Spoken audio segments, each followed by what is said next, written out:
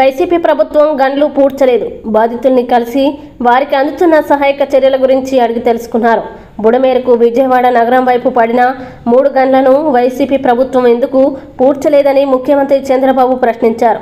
బుడమేరు దాల్చిన ఉగ్రరూపంతో ఈ నీరు విజయవాడ నగరాన్ని ముంచెత్తడంతో ఏం చేయాలో అర్థం కాని పరిస్థితి తలెత్తిందని ఆవేదన వ్యక్తం చేశారు. హెలికాప్టర్లు తెప్పించాం, ఆహార పొట్లాలు ఎక్కడికక్కడ హెలికాప్టర్ల ద్వారా సరఫరా చేశాం, డ్రోన్స్ పెట్టుకున్నాం, డ్రోన్స్ ద్వారా ఎక్కడికక్కడ బిల్డింగ్ల పైన ఉంటే ఆహారం పంపించే పరిస్థితికి వచ్చాం. ఎన్ని ప్రయత్నాలు చేసినా చివరి నుండే వ్యక్తులకి మేము సరిగా అందించలేకపోయాం. ఒక దుర్మార్గుడి యొక్క పాలనలో వీళ్ళు చేసిన తప్పుడు పని వల్ల ఇలాంటి దుర్మార్గమైన కార్యక్రమాలు తయారయ్యే పరిస్థితి వచ్చింది. మనం నిలబడుకున్నటువంటి ఈ బ్రిడ్జికి కనీసం ఆ పక్క ఈ పక్క దారి 5 సంవత్సరాల్లో వేయలేకపోయారు. కనీసం ఒక దారి కూడా ఏర్పాటు చేయలేని వీళ్ళు ఈ రాష్ట్రాన్ని ఏ విధంగా అభివృద్ధి చేశారో మనం గుర్తుపెట్టుకోవాల్సిన అవసరం ఉంది. అభివృద్ధి చేయకపోతే పర్వాలేదు. నేను ఆ రోజు నుంచి చెప్పాను, వ్యవస్థలు చిన్న భిన్నం అయిపోయినాయి, భ్రష్టు పట్టిపోయినాయి. ఈ వ్యవస్థల భ్రష్టు పట్టిపోయిన దానివల్ల ఎవరు పని చేయలేని మొరేలు లేదు, ఎవరు పని చేసే ధ్యాస లేదు. అక్కడి నుంచి నాకు 2-3 రోజులైతే శత విధాల అడ్మినిస్ట్రేషన్ని ఫోర్స్ చేసినా మేము లాస్ట్ వేలో అనుకున్న లక్ష్యాలు నెరవేర్చలేకపోయాం. కానీ ఈరోజు అడ్మినిస్ట్రేషన్ కూడా మీరు చూస్తే రాత్రింబగుళ్ళు పనిచేశారు, బురదలో తిరిగారు, కష్టపడ్డారు. ఈరోజు ఎక్కడైతే ఇక్కడ రామానాయుడు గారు కానీ, వెంకటేశ్వరరావు కానీ, సాయి ప్రసాద్ వీళ్ళు ఎట్టయితే పనిచేశారో వాళ్ళ వింగ్ అంతా ఇక్కడ ప్రజలందరూ సహకరించారు. ఎక్కడికక్కడ స్వచ్ఛందంగా ఇక్కడ ఒక లోకల్ కాంట్రాక్టర్ ఉంటే అతను కూడా ముందుకొచ్చి వెంకటేశ్వర అనే కాంట్రాక్టర్ ఏమాత్రం మొహమాట పడకుండా ఏం చేయాలనో స్వయంగా ఉండి పర్యవేక్షించి ఈ బ్రీచ్ని క్లోజ్ చేసే పరిస్థితికి వచ్చారు. అది క్లోజ్ చేయకుండా క్లోజ్ చేసిన తర్వాత కూడా మీరు చూశారు, పెద్ద పెద్ద బోల్డర్స్ పెట్టారు. మొదటి రోజున 500-600 క్యూసెక్స్ నీళ్లు మళ్ళా లీకేజ్ మొదలుపెట్టాయి. దానిపైన వాళ్ళ దగ్గరుండే ఒక మెటీరియల్, లేటెస్ట్ మెటీరియల్ని ఆ టార్బాలిన్ మరిగా ఉండే అంతా కూడా ఆ మెటీరియల్ పేరు జియో మెమరీన్ ఒకటి, దానిపైన ఇంకొకటి కూడా పెట్టి ఏం షీట్ అది హెచ్డిపి రబ్బర్ మిక్సర్ షీట్ అంటున్నారు. నాకు టెక్నికల్ వర్డ్ తెలియదు, ఆయన మాట్లాడుతున్నాడు. అది నేను అంటే చాలా సార్లు చూసాం కానీ ఈ పర్పస్కి పెట్టాలనేది మనకు ఐడియా లేదు. అది కూడా పెట్టారు, అంటే డబుల్ సెక్యూరిటీ ఇవ్వడానికి. ముందు మెగా వచ్చారు, వాళ్ళ దగ్గరుండే ఒక షీట్ తీసుకొచ్చారు, ఎన్సిసి వచ్చారు, వాళ్ళ దగ్గర ఉండే షీట్ తీసుకొచ్చి డబుల్ ప్రొటెక్షన్ ఇచ్చారు. అవి పెట్టడానికి రాజమండ్రి నుంచి గజ ఈతగాళ్ళని తీసుకొచ్చారు. మళ్ళా నీళ్ళు లోపలికి వెళ్ళాలి, లోపలికి వెళ్ళి ఆ షీట్ వేయాలి, ఆ షీట్ మళ్ళా బయట రాకుండా వెయిట్ పెట్టాలి.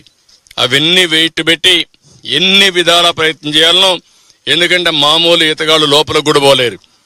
లోపలికి పోయి ఒక 10 సెకండ్లో 20 సెకండ్లు అక్కడ ఉండి అవి సెట్ చేయాలి. అలాంటి అన్ని, అంటే ఒక విధంగా చెప్పాలంటే ఎన్ని కష్టాలు నష్టాలు ఓర్చాలను అన్ని ఓర్చి కడాన దీన్ని క్లోజ్ చేయగలిగారు. ఇప్పుడు కూడా కొంత లీకేజెస్ ఉన్నాయి, అందుకే ఈరోజు ఆలోచిస్తున్నారు బండ్ వెడల్పు చేస్తూ మధ్యలో మళ్ళా బండ్ ఫామ్ చేయడానికి ఈ ప్యారలల్గా క్లే ఇవన్నీ వేసి కన్సాలిడేట్ చేసి వాటర్ ప్రూఫింగ్ కింద తయారు చేయడం కోసం అది కూడా వర్కౌట్ చేస్తున్నారు. ఒక దుర్మార్గమైన పాలన వల్ల ఎంతమంది నష్టపోయారు, ఎంతమంది కష్టపడుతున్నారు, ఈ పని ఎంత కష్టమైందో ఇది ఒక కేస్ స్టడీ. భవిష్యత్తులో కూడా ప్రతి ఒక్కరూ గుర్తుపెట్టుకోవాల్సిన అవసరం ఉంది.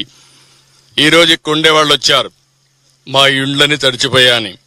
ఒక్కరు కాదు, కొన్ని ఈరోజుతే ఇప్పటికే 1 లక్ష కుటుంబాలు ఎన్యూమరేషన్ కూడా చేశాం. అన్ని కుటుంబాలు ఎన్యూమరేట్ చేస్తున్నాం. కడాన అందరిని రమ్మంటున్నాం. రాష్ట్రంలో ఉండే దాతలు, జాతీయ స్థాయిలో ఉండే వ్యక్తులు కూడా ముందుకు వచ్చారు. స్ఫూర్తిదాయకంగా ముందుకొచ్చి వారికి తోచిన విధంగా అన్ని విధాలా సహకరిస్తున్నారు. కొంతమంది ఫైనాన్షియల్గా సహకరిస్తున్నారు, కొంతమంది ఆర్థికంగా ఏదైనా అవసరమైతే స్వచ్ఛందంగా ముందుకొచ్చి బట్టలు కానీ ఇవన్నీ తీసుకొచ్చి వాళ్ళు సహకరిస్తున్నారు. అందరూ ఎవ్వడికి తోచిన విధంగా వాళ్ళు సహకరిస్తున్నారు. కానీ ఇప్పుడు కూడా వైఎస్ఆర్ కాంగ్రెస్ పార్టీ మాత్రం విషం జిమ్మే పరిస్థితిలో వచ్చారు. వాళ్ళు ఓడిపోయారు కాబట్టి ఈ రాష్ట్రంలో ప్రజల మీద కక్ష తీర్చుకోవాలనే విధంగా పోతున్నారు. ఏమాత్రం సిగ్గుపడకుండా 3 బోట్లు వదిలిపెట్టారు. ఒక్కొక్కటి 30 టన్నులు, 11,20,000 క్యూసెక్స్ నీళ్లు పోతా ఉంటే బాధ్యత లేకుండా 3 బోట్లు వదిలిపెడితే ఏవైతే కౌంటర్ వెయిట్ వచ్చి అవి గుద్దడం, అదే గాని కౌంటర్ వెయిట్ కాకుండా అదే గాని కాలం గుద్దుంటే కాలం ఆటోమేటిక్గా కుంగిపోయేది. 15 మెట్రిక్ టన్నుల ఇదైనటువంటి కౌంటర్ వెయిట్ 2గా ఇరిగిపోయే పరిస్థితికి వచ్చింది. రెండు కౌంటర్ వెయిట్లు విరిగిపోయినాయి. అదే కాలం జరుగుంటే, కాలాన్ని కొట్టుంటే ఏమయ్యేదో మనం ఊహించుకోవాల్సిన అవసరం ఉంది. ఇంకా కూడా సిగ్గొదిలిపెట్టి సమర్థించుకునే పరిస్థితిలో ఉన్నారు. మీరు మీ బోర్డ్స్ ని కలలు కనండి, వాటిని సాకారం చేసుకోవడానికి కష్టపడండి అని అబ్దుల్ కలాం మాటల్లో నిజం చేస్తూ విద్యార్థుల్లో ఎల్లప్పుడూ ఆత్మవిశ్వాసాన్ని నింపుతూ వీఆర్ ద బెస్ట్ అని చాటు చెబుతున్న విద్యా సంస్థ ద గ్లోబ్ స్కూల్ రేపటి తరానికి ఉన్నత విలువలతో కూడిన విద్యార్థులను తీర్చిదిద్దారనే ఆశయంతో మన మధురవాడ అయోధ్య నగర్ లో ఉన్న ద గ్లోబ్ స్కూల్ ఇటీవల విడుదలైన ఎస్ఎస్సి ఫలితాలలో అత్యధిక మార్కులతో ఒక ప్రపంచం సృష్టించింది. 592 మార్కులతో ఎస్ వినయ్ కుమార్, 576 మార్కులతో కె అనంత్ సాయి, 570 మార్కులతో వై సాయి తేజ. వీటితో పాటు 16 మంది విద్యార్థులకు 500 పైబడి మార్కులు, 7 విద్యార్థులకు 550కి పైగా మార్కులు సాధించి తల్లిదండ్రులు తమపై ఉన్న నమ్మకాన్ని నిలబెట్టుకున్నారు. ద గ్లోబ్ స్కూల్ ఉపాధ్యాయ బృందం, సిబ్బంది మరియు చైర్మన్ బివి రావు గారు, కరెస్పాండెంట్ అనురాధ గారు, ప్రిన్సిపల్ లలిత గారు.